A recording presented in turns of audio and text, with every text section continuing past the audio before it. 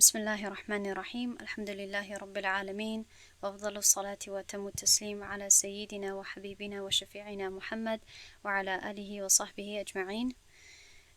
السلام عليكم ورحمة الله وبركاته. امروز درس دهمی مصطلح الحديث می باشد که در درس امروز ما در مورد حدیثی المرسل الخفی و اینچنین حدیث المدلس یاد میگیریم و این آخرین درس می باشد پیش از وقفه امتحانات و انشاءالله از درس 11 بعد از امتحانات ادامه خواهیم داد. بسم الله الرحمن الرحیم. خب این صحیفه بود که صحیفه اولی کتاب ما است، التذکره فی علوم الحدیث، و این صحیفه رو ما به انتها رساندیم، تمام کردیم. همه اقسامی که در این صحیفه ذکر شدند ما آنها رو الکی گذاشتیم. فقط از این صحیفه اینش مانده هست و منه ما خفی ارساله، حدیثی که ارسالش مرسل بودنش خفی هست، پوشیده هست. و انشاءالله در درس امروز من این رو برای شما ذکر میکنم و صحیفه بعدی بعد التدلیس داخل میشویم، چون که از صحیفه بعدی، از صحیفه 16 التذکره فی علوم الحدیث، ما قسم معضل را گذاشتیم، اینچنین معلق را گذاشتیم که این دو و اینچنین مرسل و منقطع، هر چهار اینها همه این چهار اقسام احادیث از یعنی از نوعی سقطی ظاهر بودند. در دو درس قبلی من برای شما فهموندم که حدیثی مردود از سبب حدیثی که رد می شود یا اینکه باید جستجو کرده شود، باید که تحقیق کرده شود، نقد کرده شود. حدیثی که اینگونه باشد می تواند که از سبب سقط اسنادیش یا اینکه یعنی جستجو کرده شود، زیر نظارت، زیر تحقیقات آورده شود، یا از سبب طعنی که در خودی یکی از راویان حدیث یعنی کرده می شود، از آن سبب باید حدیث رو تحقیق کرده شود. پس ما در این قسمت هستیم وقتی که حدیث از سبب اسقاط سندی، از سببی که یکی از راویان سند سقط می شود، از این سبب رد می شود یا از این سبب جستجو کرده می شود، و در این قسم ما تحت سقط ظاهر بودیم. دو درس قبلی به فکرم در موردی همین بود، از سقط الظاهر. قسم معلق و مرسل و معضل و منقطع رو گذاشتیم و در درس امروزه ما میگذاریم به قسم دوم یا نوع دومی سقط اسنادی که این سقطی خفی می باشد. یعنی که وقتی که من اینش رو فهمونده بودم که وقتی که سند رو نظر میکنید و عیانا و روشن و ظاهرا معلوم می شود که از این سند یکی از راویش سقط شده هست، پوشیده شده است یا اینکه حذف شده هست، آن رو سقطی ظاهر گفته می شود، نامیده می شود. اما وقتی که سقطی که از اسناد، یعنی که وقتی که از اسناد یک راوی حذف می شود یا می افتد یا معلوم نمی شود، وقتی که اینگونه باشد که خفی باشد، مخفی باشد، پوشیده باشد، پس آن را از سقط الخفی گفته می شود و ما تحت این نوع دوم و 4 اقسام دیگر هست. در درس امروز ما اول آغاز میکنیم از المرسل الخفی، چون که مصنف ما ابن الملقین این را در صحیفه یکمی التذکره فی علوم الحدیث ذکر کرده بود و بعداً چی رو ذکر میکند؟ المعنعن رو ذکر میکند. اما بجای که با این من گذرم، من اولا به شما المدلس رو میفهمونم. از چی سبب؟ نظر کنید این صحیفه بعدی، این صحیفه یعنی دومی التذکره رو که در اینجا میگوید که بعد از معلق معنعن رو میآورد. اما در تعریف معنعن نظر کنید، والمعنعن وهو ما أتي فيه بلفظة عن كفلان عن فلان وهو متصل إن لم يكن تدليس وأمكن اللقاء. یعنی من یک بار برای شما تعریف معنعن رو میخونم از همین کتاب التذکره و بعدا میگویم که از چی سبب ما این رو برای درس امروزه میگذاریم، از این میگذاریم، این رو نمیخونیم و به تدلیس داخل میشویم. تعریفش چیست؟ و معنعن آن است، یعنی حدیث است که در آن لفظی عن آمده است، یعنی در سند حدیث لفظی کلمه عن آمده است، مانندی فلان عن فلان. فهمیدید این از که هست در اینجا، این اصلا به عن اشاره میکند. خب این از معنای عن هست. خب عن یعنی که از، و فلان عن فلان که در اینجا آمده است، فلان از فلان، این یک نمود هست یا اینکه این یک یعنی شکلی هست که برای شما ظاهر میکند یا اینکه روشن میکند که هدف مؤلف در اینجا چیست. یعنی که در این به حدیث اشاره میکند که در سند همان حدیث کسی به همین شکل روایت کند که نام یک شیخ را بیارد و نام یک دیگر شیخ را بیارد و در مابین آنها کلمه عن را استفاده برد. در این حالت فلان از فلان که شد، فلان عن فلان که شد، این رو حدیث معنعن گفته می شود. و بعدا می گوید که وهو متصل، و یعنی از این تا اینجا تعریفی همین نوع شد، اما از اینجا به بعد حکم معنعن رو ذکر می کند مؤلف که این الکی چی شد، یعنی که از تعریف بالاتر شد و میگوید که و این نوع متصل هست اگر تدلیس نباشد، ان لم یکن تدلیس، اگر در این تدلیس واقع نشود، و امکن اللقاء و ملاقات، یعنی که ممکن باشد این ملاقات دو راویانی که از هم دیگر روایت میکنند یا که وقتی که شاگرد از شیخش روایت میکند باید که بین آنها ملاقات ممکن باشد، نه اینکه ملاقات شده باشد و ما یعنی برای این دلیل داشته باشیم، اما ملاقات ممکن باشد. این گونه نباشد که یکمش یا اینکه شیخ وقتی که ما تاریخی وفاتش رو میبینیم الکی چند سال پیش وفات کرده است و این کسی که خود را شاگردی آن میگوید و دعوای شاگردی آن را میکند، این شخص 20 سال یا 5 سال یا 1 سال حتی بعد از وفات او تولد شده باشد. چگونه میتواند که او شاگردی شیخ باشد وقتی که 1 سال بعد از وفات شیخش به دنیا آمده باشد؟ یعنی به این تفصیلات من داخل میشم، اما این رو ما برای چی میگذاریم؟ از سببی که برای فهمیدن حکم معین شما باید از تدلیس با خبر باشید. پس بعضی وقت این گونه یعنی مؤلفا مصنفا کتاب ها رو می نویسند، اما چون که یا اینکه کتابشون برای ابتدا کننده نیست یا اینکه از سببی که این رو اختصار کرده است برای ابتدا کنندگان، نه، اما برای حفظی کسانی که الکی عالم هستند یا الکی در این فن پیش رفتن، برای آنها اختصار کرده است تا اینکه آنها حفظ کرده توانند. از این سبب در اینجا یعنی ترتیبش آنقدر برای ابتدا کننده خوب نیست. یعنی که از جهت ترتیب وقتی که مؤلف، وقتی که کتاب نویس یک کنسپت را یا اینکه یک شرط یا اینکه یک موضوعی را اگر بیارد که فهمیدن موضوع بعدی با آن وابسته باشد، پس این چگونه ترتیب شد؟ چرا یعنی این دو موضوع را برعکس نگذارد تا اینکه فهمیش موضوع بعدی یعنی به این وابسته است تا اینکه این را اول بفهمد تا اینکه موضوع بعدی را فهمد. امیدوارم که شما فهمیده باشید که هدف من چیست یا من چی گفته استودم در اینجا و از چی سبب هست که ما این معنعن را نمی کنیم. این رو من از این من میگذرم به این میگذریم به تدلیس و بعدا انشاءالله در درس آینده که بعد از امتحانات انشاءالله اگر زنده مانیم این رو انشاءالله معنعن رو من برای شما پیش میکنم که در آن وقت شما الکی از تدلیس با خبر می باشید. و این چونین به فکرم که در اینجا خوب مصنف به فکرم معنعن را با همزه ذکر نکرده است که من برای شما برای فایده شما معنعن را هم با معنعن ذکر میکنم، میفهمونم که معنعنش پس چیست. خب این شد مقدمه درس امروزه ما. اکنون آغاز میکنیم از اینش، ما خفی ارساله، حدیث المرسل الخفی. خب این رو من الکی برای شما پیش کرده بودم، خریطه هست که در مورد سقط اسنادی یعنی همه اقسام رو پیش میکند. سقط میتواند ظاهر باشد یا خفی باشد. همه اقسام ظاهر رو الکی ما خونده ایم. معلق سقطی که در اول سند باشد، مرسل سقطی که در آخری سند باشد یا وقتی که تابعی مستقیما از پیامبر صلی الله علیه و آله حدیث را روایت میکند. معضل وقتی که دو یا بیش راوی پای در پای از حدیث ساقط شده باشند. منقطع هر نوعی که علاوه از این سه تا باشد. این گونه باید از حفظتان، از حافظتان تیز بیان کرده توانید. و تا جایی که خفی هست، اکنون در اینجا مرسل خفی هست و مدلس. دیدید که چطور یعنی ما در این دو قسم داخل میشویم و بعضی ها یعنی معنعن و معنعن رو ما تحت خفی ذکر نمی کنند، اما خیلی جدا ذکر میکنند و ما تحت مدلس سه اقسام هست که ان شاء الله امروز من برای شما پیش میکنم: تدلیس الشیوخ، تدلیس الاسناد و تدلیس التسویه. خب بسم الله. الحديث المرسل الخفي. المرسل لغتا، خب برای آن که این عنوان یا حتی نام همین حدیث یک مرکب هست، از دو کلمه مرکب هست، هر دو این دو کلمه ها رو چی میکند مؤلف شیخ محمود طحانی در کتابش تیسیر مصطلح الحدیث، هر دوی این کلمه ها رو جدا اول لغتا تشریح میدهد و بعدا این رو همچون یک نوع بعد اصطلاحا میفهماند که این الحدیث المرسل الخفی چیست. البته شما معنای لغوی مرسل رو میدونید که اسم مفعول من الارسال هست، یعنی که به معنی الاطلاق، به معنای رها کردن. گویا راوی مرسل، راوی، من برای شما این نقطه رو جدا واضح کرده پیش نکرده بودم، اما برای شما اشاره کرده بودم که در اینجا دو کلمه سرگم نزنید. یکم کلمه مرسل و دوم کلمه مرسل. مرسل یعنی که خودی به حدیث اشاره هست، حدیثی که از آن یعنی که در آن ارسال شده باشد، و مرسل شخصی که ارسال میکند، شخصی ارسال کننده. خب پس راوی رو مرسل گفته می شود، اسم فاعل هست، و خود حدیث رو مرسل گفته می شود، اسم مفعول هست، از باب افعال. ارسل یرسل ارسالا. ان شاء الله سال آینده علم صیغه یاد میگیرید.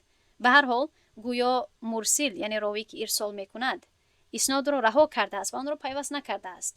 خفی باشد، اکنون خفی چی معنی دارد؟ البته میدونید آشنا هستید با زبان فارسی.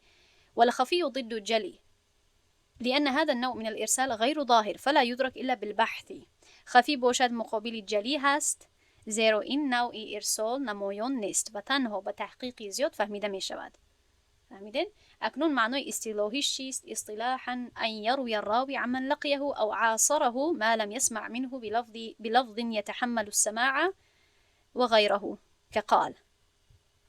حدیث است که در آن راوی از شخصی که او را دیده است یا در یک زمان زندگی کرده است، یعنی که از شخصی که او را دیده باشد، از شخصی که با او ملاقات کرده باشد، یا اینکه از شخصی که معاصر باشد با آن روایت میکند، با لفظی که یا اینکه با کلمه‌ای که با الفاظی که احتمالی شنیدن و غیره رو میدهد، مثل کلمه گفت قاله، اما در اصل هیچ حدیثی رو نشنیده است از آن. در اینجا من همین تعریف رو کمی، یعنی این قسمتی ما لم يسمع منه رو من از تعریف عربی در آخر آوردم در تاجیکی، چون که اگر در مابین باشد کمی شما سرگم میزنید. از این سبب من چی کردم؟ این قسمت اول رو با این قسمت آخر ترجمه کردم، بعد این قیدی که در مابین می آید در آخر موندم. یعنی که یک بار دیگر میخوانیم آهسته تر و دقت کنید، متوجه باشید. حدیث است که در آن یک راوی همون سندی همین حدیث از یک کسی دیگر روایت میکند. البته ما این را همیشه چی میگویم؟ شیخش. عموما شیخ میگویم، چون که عموما راوی از کسی میشنود که از او کلانتر باشد و وقتی که یک کس از دیگر کس علم میگیرد فرق نمیکند که سن سالشون یعنی چی طور هست و کی کلان و کی خرد هست، همون شخصی که با او علم میدهد استاد شد، معلم شد، شیخ شد، شیخه شد. خوب، یعنی که یک راوی از شیخش یا از شخصی روایت میکند که او رو دیده است، از او یک حدیثی رو روایت میکنه، یعنی که میگوید که من همین حدیثی رو، همین متن رو از فلان شخص روایت میکنم، عن فلان میگوید، یا اینکه میگوید که قال فلان، که او رو دیده هست یا در یک زمانه زندگی کرده است. یعنی که کسی هست که یا با او ملاقات کرده باشند یا اینکه در یک زمانه آنها زندگی کردند، معاصر باشند، اما حدیثی رو روایت میکنند که اصلا همین حدیث را، همین خصوصا همین حدیث را از آن نشنیده است و یگم حدیثی را از اون نشنیده است. فهمیدین؟ برای چی باید این را خوب درک کنید؟ چون که اگر شما این قسم را نفهمید، بعد تدلیس برای شما سخت می شود، چون که بین مرسل خفی و تدلیس کمی مشابهت هست و اگر شما یک نوع یکم را اگر خوب نفهمید، نوع دوم با چی می شود؟ یک رقم معلوم می شود، یک خیل معلوم می شود. اما باقی ندارد. من انشالله بعد از فهموندن هر دو نوع ها من برای شما در آخر میگویم که فرق چیست، که عینی فرق یا نقطه اساسی که در آنها فرق می آورد چیست، من برای شما میگویم. یک راوی از یک راوی دیگر حدیث بیان میکند و از شخصی که حدیثی را روایت میکند، آن شخص همین گونه یک شخصی هست که در یک زمانه با او زندگی میکند یا حتی با او ملاقات کرده است. فهمیدید؟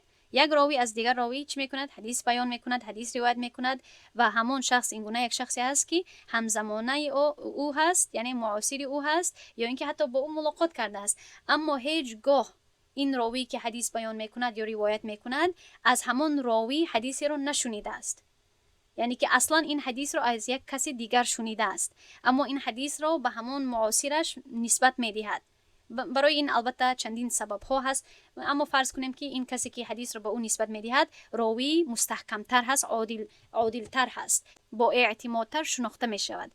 این میتواند یک سبب باشد، مثلا چندین اسباب هست، اما از این سبب میخواهد چی کند که این حدیث رو اصلا از یک کسی دیگر شنیده است، اما با جای اون که حدیث رو به همون شخص اصلی نسبت بدهد، چی میکند؟ این حدیث رو با یک معاصرش نسبت میدهد و او هیچ وقت از همون معاصرش حدیثی نشنیده است. البته ملاقات کرده است اما یگم حدیث نشنیده است، نه این حدیثی رو که نسبت میدهد به او و نه یگم حدیثی دیگر.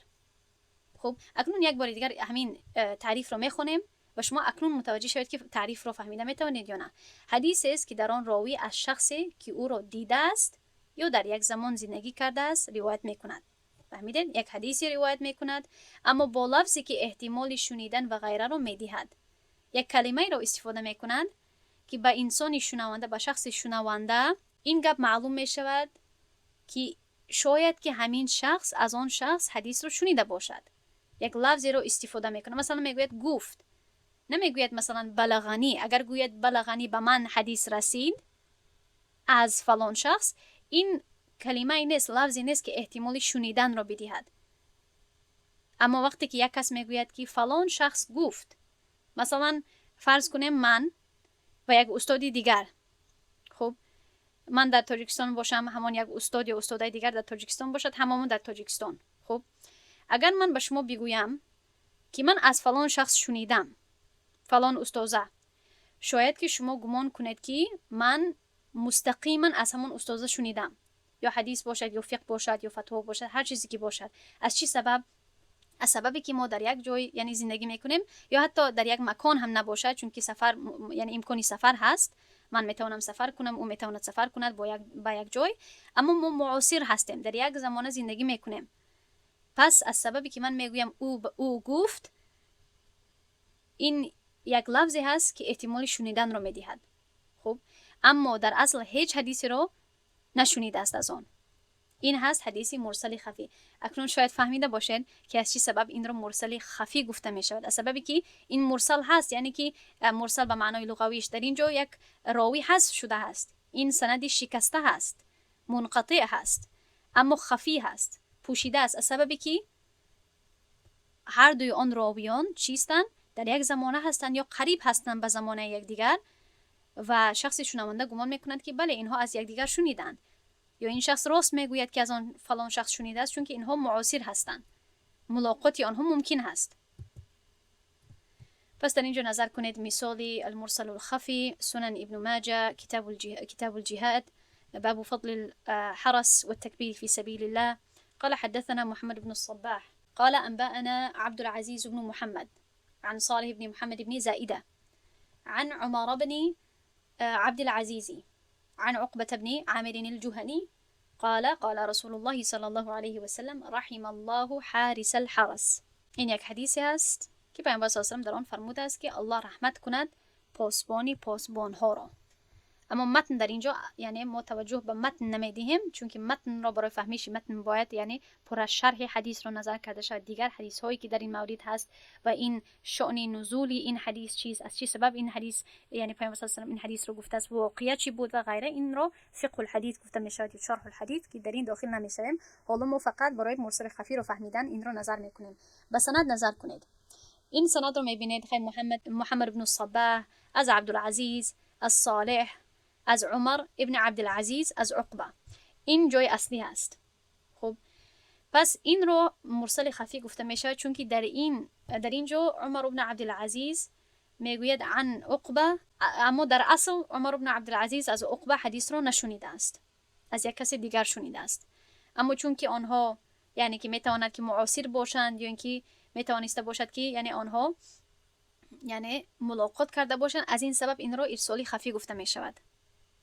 خب پس این شد مثال مرسل خفی. این رو علما عموما برای المرسل الخفی همچون مثال پیش میکنند. خب اکنون نظر میکنیم به چگونه ارسال خفی شناخته می شود. یعنی که وقتی که و همین جواب همین سوال با دیگر نمود حدیث ها هم یعنی جواب بوده میتواند، مثلا منقطع، مرسل، معضل، معلق. جوابی که به این سوال داده می شود با آنها هم تا یک اندازه جواب بوده می تواند.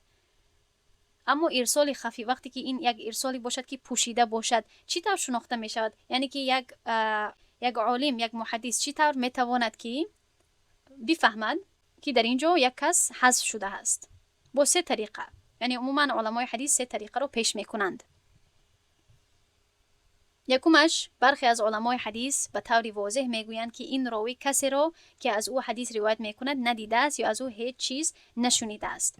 یعنی که علمای همان زمانه، معاصری همان عالم، معاصری همان راوی بعضی وقت بیان میکنند، بعضی وقت میگویند که فلان شخص از فلان شخص که روایت میکند در اصل او را ندیده است. یعنی میتواند که معاصرین همان راوی یک بیانی را بدهند، یا اینکه علمایی که بعد میآیند، حتی علمای همین زمانه ما میتوانند که تحقیقات رو پیش برند و ببینن که این راوی در کدام زمان فوت کرده است، این عالم در این راویش در کدام زمان از دنیا گذشته است و این گونه تحقیقات پیش برده از سبب تاریخ و از سبب یعنی ترجمه حال آنها به کجاها سفر کردند و این در کدام زمانه هست و آن در کدام زمانه هست. از این سبب ها می توانند که یعنی نتیجهش را یابند و فهمند، قید کنند که این راوی با این راوی ملاقات نکرده است. یعنی که علمای حدیث بعضی وقت از سبب تحقیقاتی که پیش میبرند آن را فهمیده میتوانند. سبب دوم یا راه دوم، خود راوی اقرار میکنند که کسی را که از او حدیث روایت میکنند ندیده است یا چیزی از او نشنیده است.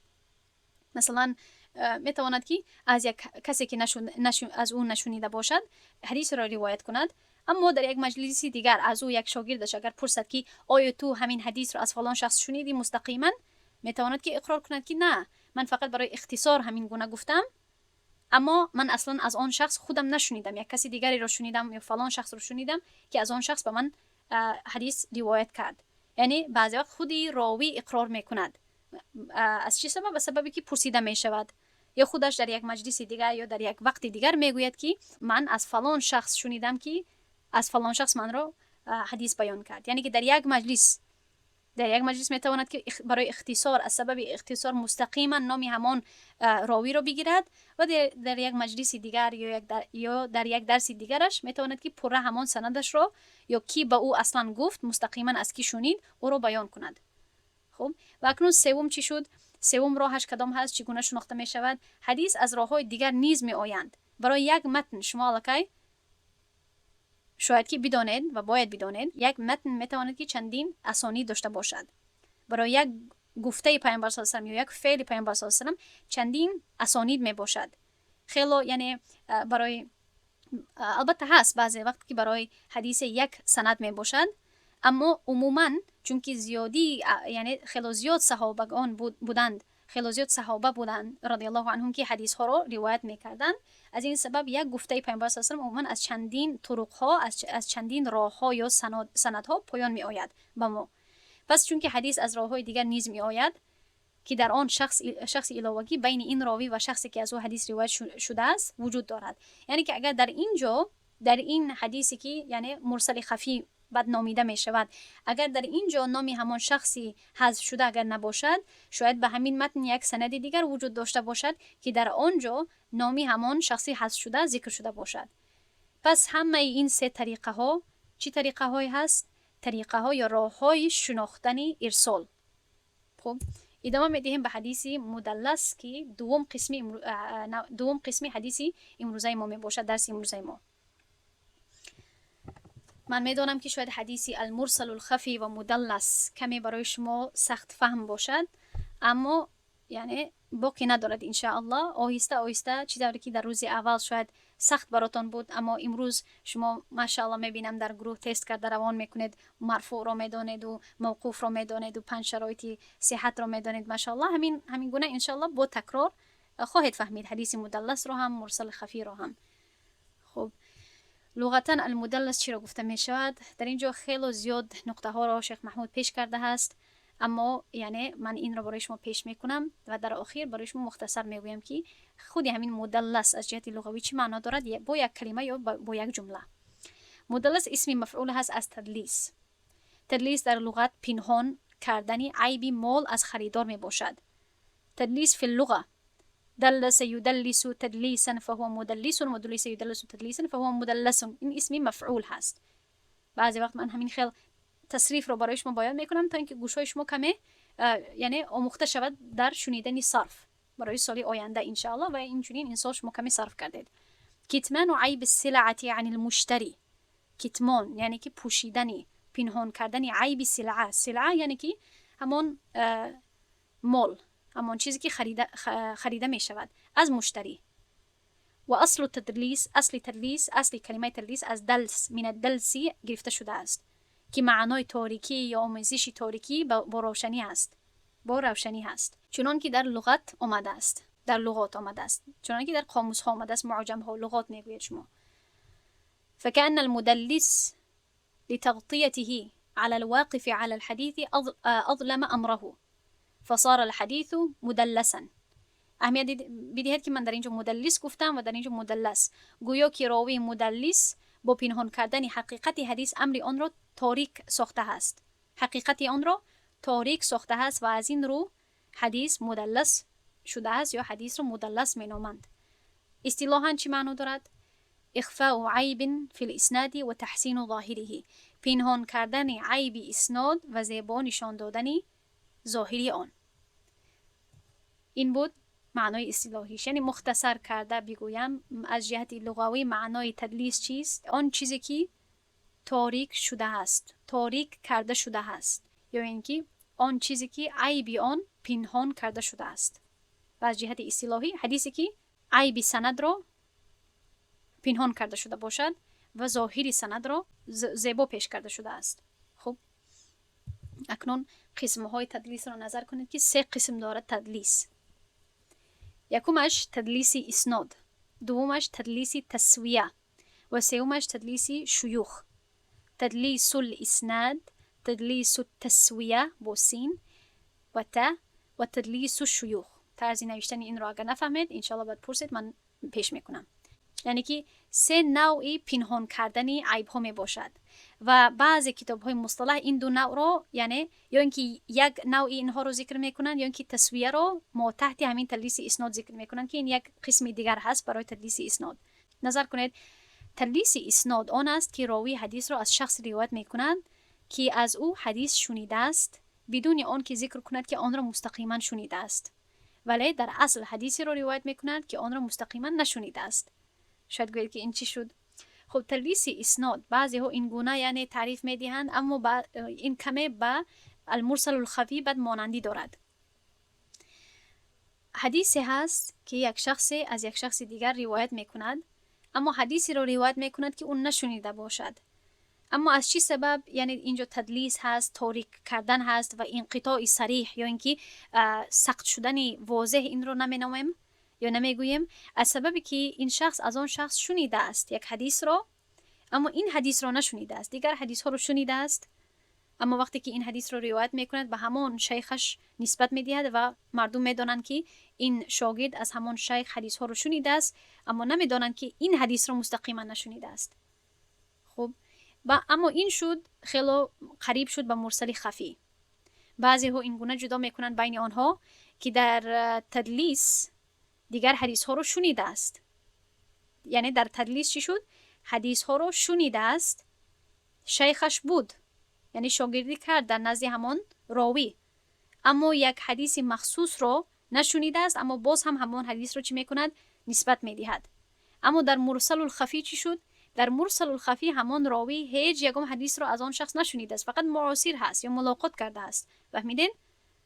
دیدید که چطور در هر دویشان شخصی مقابل فهمیده نمیتواند، شخصی مقابل را فریب دادن آسان هست، یا شخصی مقابل میتواند که فریب خورد یا اینکه برای او غلط فهمی پیش آید. اما یعنی شما باید بفهمید که از چی سبب ما هم المرسل الخفی را و هم التدلیس را ما انقطاع صریح و واضح نمیگوییم، یعنی که در اینجا سقط ظاهر نشده است، هر دویشان پوشیده هستند. خب این رو تدلیس اسناد گفته می شود، یعنی که عموما همین چی میگویم، همین تعریفی که در اینجا داده شده است و همین یکمش زیادتر دخل دارد یا برای یکمش زیادتر یعنی مطابق می آید. یک راوی از یک شیخش حدیث رو بیان می کند که از اون نشنیده باشد، اما این راوی از همان شیخ دیگر حدیث ها رو شنیده است، مقابل به المرسل الخفی که عینی حالت هست، اما آن راوی از شیخش یکم حدیث رو نشنیده است، فقط با همان دیگر راوی ملاقات کرده است، یعنی که حتی شیخش نیست. اما تدلیس تسویه کدام هست؟ راوی حدیث را از شیخ خود روایت میکند، سپس راوی ضعیف را بین 2 شخصی با اعتماد میخواهد پنهان کند، پس او را ساقط میکند و 2 شخصی با اعتماد یکدیگر را واخوردند.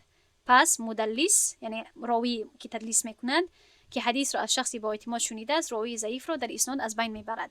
یعنی که این یک نمودی خاصی تدلیس اسناد هست. از این سبب است که من با شما گفتم که بعضی کتاب‌های مصطلح این قسم را جدا نمیکنن، ما تحت همین اسناد ذکر میکنن.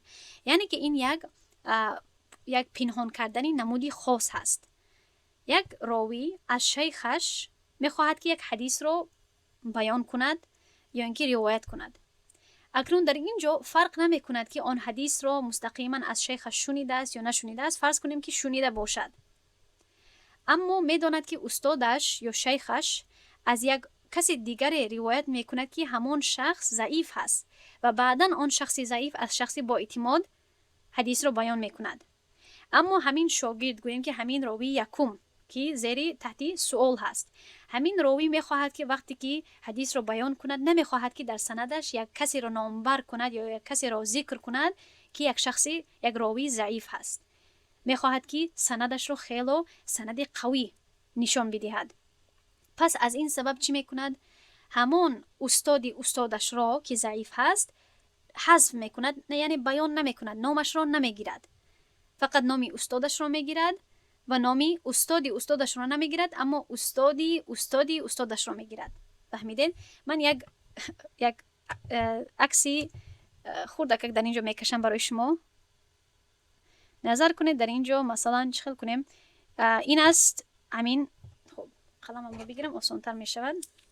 خب فرض کنید همین رو نظر کنید. این شد راوی که حدیث بیان کردنی هست، کسی که مدلس هست. خب این دارد یک شیخ، دیگر شیخ، دیگر شیخ. خب یعنی این شیخ‌های این نمی شود، بالا می رود، یعنی که همین یکمش که در بالا می بینید شیخی همین مدلس هست. خب این شیخ مدلس با اعتماد هست و ثقه هست، یعنی که عادل و ضابط هست. اما شیخ هست، شیخش این شخص دوم، اگر فرض کنیم این شیخ یکم، این است دوم، این است سوم.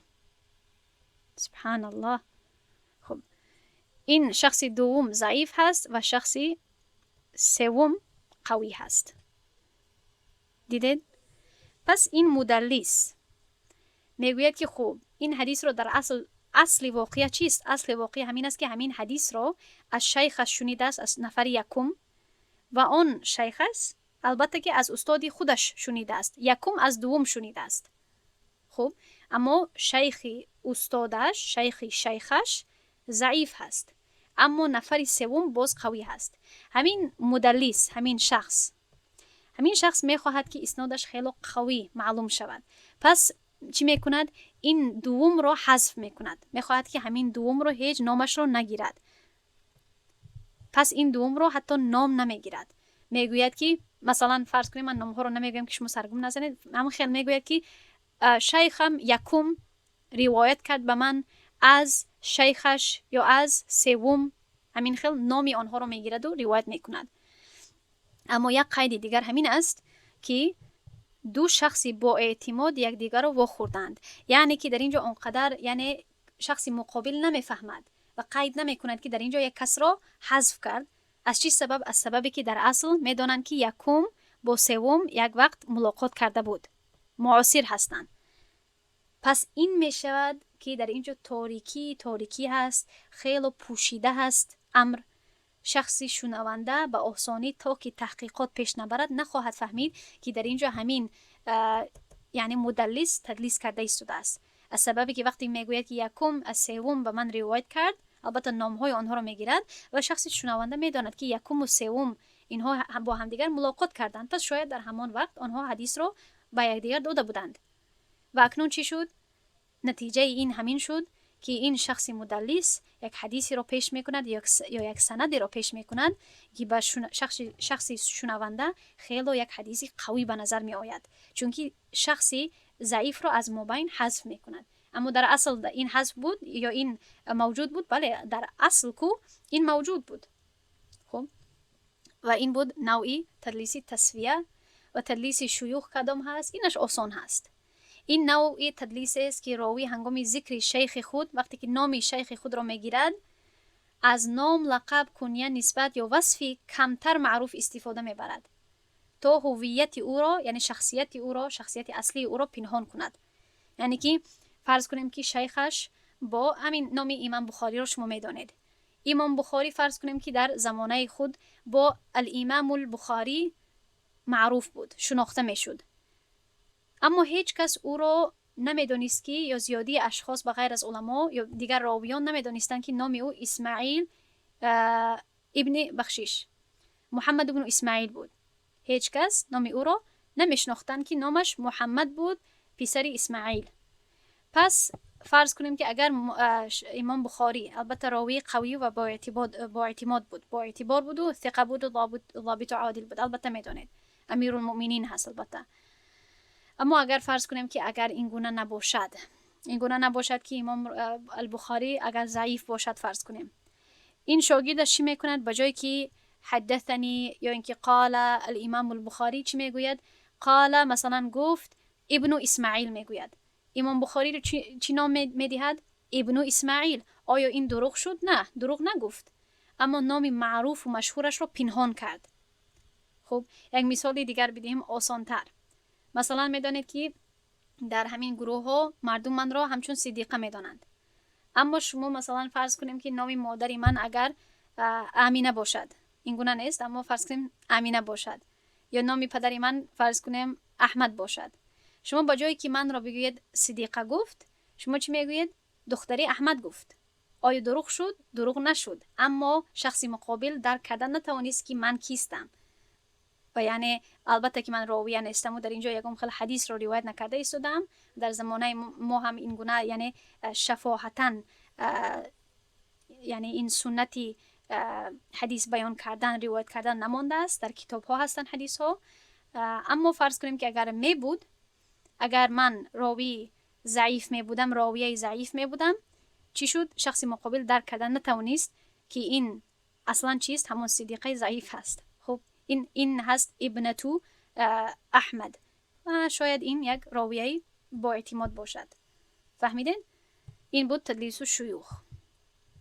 یک مثال رو نظر کنید، با این مثال انشالله روشن‌تر می شود. من برای شما 2 مثال رو پیش کردم. یکمش برای نوع یکم تدلیس الاسناد و دومش رو برای تدلیس الشیوخ پیش کردم.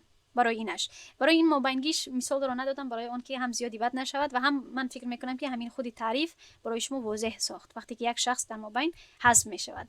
خب مثال تدلیس الشیوخ نظر کنیم. ما اخرجه الحاکم بسنده الى علی بن خشرم. همین ترجمهش رو میخونم. امام حاکم حدیث رو با سندش از علی بن خشرم روایت کرده است، روایت میکند و چی میگوید؟ در اینجا یک واقعه شد. خب ابن عیینه یک روز در یک مجلس، امام ابن عیینه یعنی که سفیان ابن عیینه هست. خب سفیان ابن عیینه در یک مجلس، من خودم همین خیلی مقصدی همین مثال رو برای شما پیش میکنم. یک روز در یک مجلسش، یعنی در پیش معاصرین و در پیش شاگردانش، میخواهد که یک واقعه یا یک حدیث رو بیان کند و میگوید که عن الزهری، میگوید از زهری. خب پس وقتی که میگوید مثلا فلان حدیث رو بیان میکند و میگوید من از زهری شنیدم، یا اینکه میگوید که از زهری که فلان گفت و حدیث رو میگوید، از او پرسیده میشود. قیل له، با او گفتند سمعته من الزهری، آیا تو آن را از زهری شنیدی؟ و چی میگوید؟ چون که امام سفیان بن عیینه دروغگو نیست، یعنی قصداً این رو برای مقصدی ضرر رسان و بد نمیکنند. بعضی وقت از سبب اختصار آنها همین خیلی اختصار میکردن.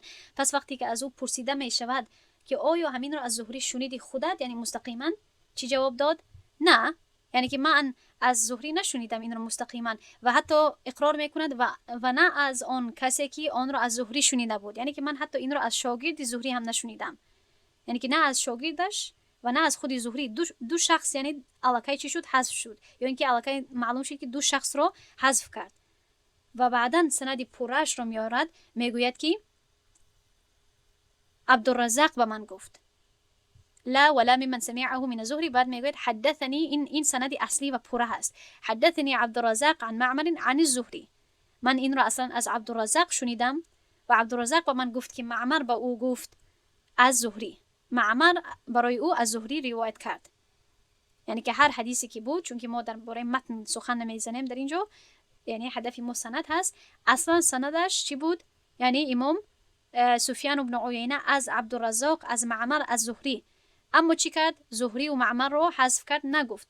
هر سببی که باشد زیادی وقت برای اختصار میکردن، یعنی راویانی با اعتماد و راویانی درست و با تقوا اینها رو از سبب اختصار زیادی وقت میکردن. اما بودن بعضی راویانی نادرست یا کسانی که حدیث میبافتند، آنها یعنی از دیگر سبب‌های نادرست این گونه میکردند، چون که ضعیف بودن یا اینکه یکم مقصدی به دست آوردن یگم چیز باشد و یگم مکان و منزلت و مال باشد، بعضی وقت میکردن که من انشالله اینها رو در آینده خیلی تفصیلات هست، خیلی تاریخ هست به این گپ ها که حتی جالب هم خیلی هست برای شما در آن وقت بعد پیش میکنم. به هر حال این از حدیث، این از سندی اصلی امام ابن عیینه و این شد. گرچه که دو شخص را حذف کرد، شاید شما گویید که آیا این معادل شد؟ بله معادل شد، اما تا وقتی که نگفته بود این به ما چی معلوم شد؟ این به ما یک تدلیس حدیث، یک حدیث مدلس معلوم شد.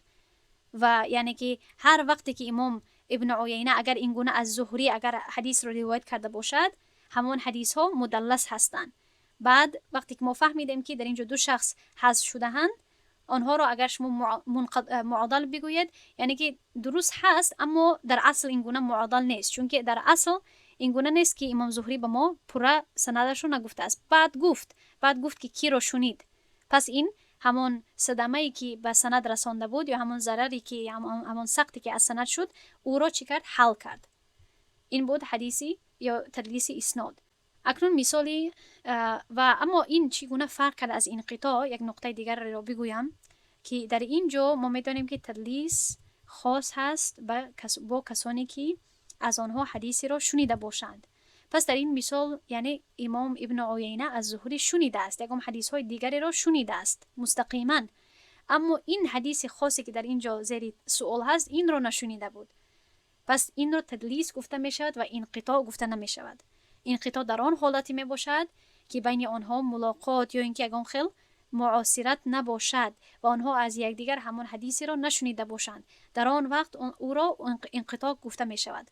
اما در این حالت چون که امام زهری اصلا از امام سفیان ابن عیینه اصلا از زهری حدیث ها رو شنیده بود یا اینکه معاصرش بود، دیگر حدیث ها رو شنیده بود اما این حدیث را نشنیده بود، از این سبب این را مدلس گفته می شود.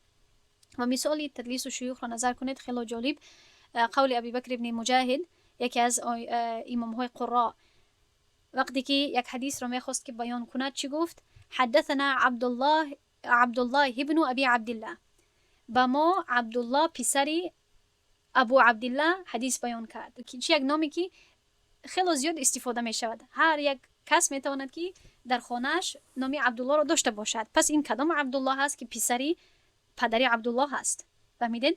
یک نامی را استفاده می کند که با این نام اگر ما تمام یعنی راویان حدیث را اگر نظر کنیم، حتی از زمانه همان هم باشد، صدها اشخاص بودند که همین نامی عبدالله را داشتند و حتی یعنی کسی که نامش حتی عبدالله هم نباشد، نام پدرش هم حتی عبدالله هم نباشد، اگر یک مرد خود را عبدالله بگوید دروغگو نمی باشد. از چی سبب؟ از سببی که معنای لغوی عبدالله بنده الله می باشد. پس یعنی نوابسته که این شخص اصلا نامش چیست، اگر همین شخص همین یعنی هر کسی که ابو بکر ابن مجاهد وقتی که میگوید که عبدالله بنده الله پدری بنده الله، وقتی که این گونه که میگوید فرق نمیکنه که بعد همان شیخش یا راوی چی نام داشت، چون که دروغ نگفت، چون که هر یک مرد بنده الله هست. و یعنی اگر زن باشد امت الله زیادی وقت استفاده می شود. اما این نام رو وقتی که استفاده کرد، آیا ما میفهمیم که کی رو در نظر دارد؟ عبدالله پسری یعنی پسری کسی که کنیتش ابو عبدالله بود یک کس هست یا یک کسی معروف است؟ نه، این گونه خیلی زیاد راویان بودن و علما بودند. پس این در اصل به کی اشاره میکند؟ به شخصی که نامش ابو بکر بود و پسری ابو داود بود، پسری ابو داود سجستانی. کتابی که شاید شما میدانید سنن ابی داود، سنن الامام ابی داود رحمه الله، کتابی حدیثی است و مانندی یعنی صحیح البخاری که شما میشناسید، صحیح مسلم که هست، همین گونه یک کتاب هست سنن ابی داود. پس همین کتابی سنن امام ابی داود، همین ابو داود سجستانی پسر داشت به نام ابو بکر. اصلا کنیتی پسرش ابو بکر بود و نام پسرش عبدالله بود، اما با ابو بکر مشهور بود. یعنی همین شخص ابو بکر پسری ابی داود بود، این گونه مشهور بود. اما همین پسری امام ابو داود یک راوی ضعیف بود. خودی امام ابو داود نه، پسری امام ابو داود. فهمیدید؟ امام ابو داود سجستانی این یک امامی معتبری برجسته حدیث هست که سنن ابی داود را دارد. الحمدلله من این کتاب را وقتی که میگویم مدرسه میروم از طرف شام همین کتاب رو درس میدیم. خیلی یک منهج مستحکم دارد و سنن نبی داوود یک کتابی حدیثی هست که خیلی حدیث های احکام رو جمع کرده هست. یعنی خیلی نه همه حدیث های، همه نه اما اکثری حدیث هایش حدیث های احکام می باشد و از همون حدیث ها چی میکنند؟ حکم استخراج میکنند. در مذهب یا حنبلی بود یا شافعی، در این اختلاف است، اما زیادتر به این اشاره میکند که امام ابو داود حنبلی بود در مذهبش، مذهبی فقهیش. اما به هر حال گپ دور دراز نشود، پسری امامی برجسته یعنی امام مشهوری ابو داود ضعیف بود، یک راوی ضعیف بود در حدیث که خود امام ابو داود این را گفته است. که این هم یک نقطه جالب است که حتی که پسرش هم بود، اما چون که کاری حدیث و کاری سند یک امانت دینی ما هست، امام ابو داود حتی پسرش رو یعنی اقرار کرد که پسری من در روایت کردن حدیث ضعیف هست، احتیاط کنید. پس پسر امام ابو داود ضعیف بود، اما چون که با نام ابو بکر ابن ابی داود مشهور بود، به جایی که همین نام مشهورش رو استفاده کند تا اینکه پنهان شود، او را چی گفت؟ حدثنا عبدالله ابن ابی عبدالله. فهمیدین؟ این را گفته می شود تدلیس و شیوخ، که این گویا تاریک کردنی، پنهان کردنی نامی شیخ می باشد. اکنون حکم تدلیس چیست؟ در اینجا من گذاشتم برای شما که تدلیس وابسته به قسمش می تواند که چی باشد؟ حکمش اختلاف کند. پس تدلیس اسناد و تسویه که هست خیلی یعنی بد هستن. کردن این گونه تدلیس کردن بد هست، مکروه هست. تدلیس شیوخ که است کمی یعنی سبکتر از حکمش، چون که یعنی فرق بین این را و این را که شما شاید خواهید دانست که در تدلیس و شیوخ ما کسی را حذف نمیکنیم یا راوی کسی را حذف نمیکند، فقط نامش را کمک دیگر میکنند. اما تا جایی که تدلیس الاسناد می باشد و تسویه می باشد یک کسی حذف می شود. خب پس تدلیس الاسناد خیلی مکروه هست. بسیاری از علمان حدیث آن را مذمت کردند. امام شعبه یکی از شدیدترین مذمت کنندگان آن بود و درباره تدلیس گفته است که تدلیس برادری دروغ هست. یعنی که اصلا دروغ نمیگویی، بله اصلا با همان شیخ ملاقات کرده ای و حدیث ها رو شنیده ای، اما جانبی مقابل فکر میکند که تو همین حدیث رو از همان شیخ شنیده ای. پس این خیلی مانند هست به دروغ، گرچه که دروغ نیست. پس از این سبب هست که شعبه رحمه الله که خیلی یکی از یعنی بزرگترین علمانی چی می باشد حدیث می باشد از صدیای اول، چی میگوید که تدلیس برادری دروغ هست. و درباره تدلیس تسویه شدیدتر مکروه هست، یعنی مکروه شدیدتر هست، چون که در اینجا یک کس حذف می شود، یعنی و آن کسی که حذف می شود ضعیف هست و ما باید راویان ضعیف رو روشن کنیم، ظاهر کنیم، تا اینکه از آن حدیث ها یا پرهیز کنیم یا در احکام استفاده نکنیم یا در عقاید استفاده نکنیم، یعنی از این آگاه باشیم. اما شخصی که این گونه میکند که خیلی یک کاری بد میکند و مقابل مقصدی مصطلح الحدیث یا اصول الحدیث کار میکنه. پس از این سبب این شدیدتر هست از جهت کراهتش از تدلیس اسناد، تا جایی که امام عراقی الفیه العراقی را تصنیف کرده است، الفیه عراقی در حدیث. خوب چی میگوید؟ این تدلیس در کسی که آن را قصداً انجام میدهد نقص میرساند. کسی که ما فهمیم که همین گونه تدلیس میکند، البته که این در آن راوی یک نقصی را پیدا میکند، مدلس هست. کسی که مدلس باشد نقص دارد در از جهتی ثقه بودن یا با اعتماد بودن. و تدلیس شیوخ کراهتش از تدلیس اسناد سبکتر هست، زیرا در این تدلیس کسی از سند راویان حذف نمی شود. برای شما گفتم کراهت آن به سبب پنهان کردن نام معروف شخصی که حدیث از او روایت شده است و مشکل کردن شناخت او برای شنونده است. از دو سبب در اینجا این کراهت دارد. از سببی که نام معروف همان شخص را پنهان میکنیم و برای شخص شنونده مشکل میکنیم فهمیدنی حقیقتی سند این حدیث را. کراهت وابسته به هدف راوی از این کار گوناگون هست، یعنی که وابسته از چی سبب این راوی پنهان میکند و به چگونه حدیث پنهان میکند، وابسته به این کراهت این بعد کمی اختلاف دارد، زیاد و کم میشود. خب ان شاء الله در همین جا درس ما به پایان میرسد. سبحان الله وبحمده، سبحانك اللهم وبحمدك، نشهد ان لا اله الا انت، نستغفرك ونتوب اليك. السلام عليكم ورحمة الله وبركاته.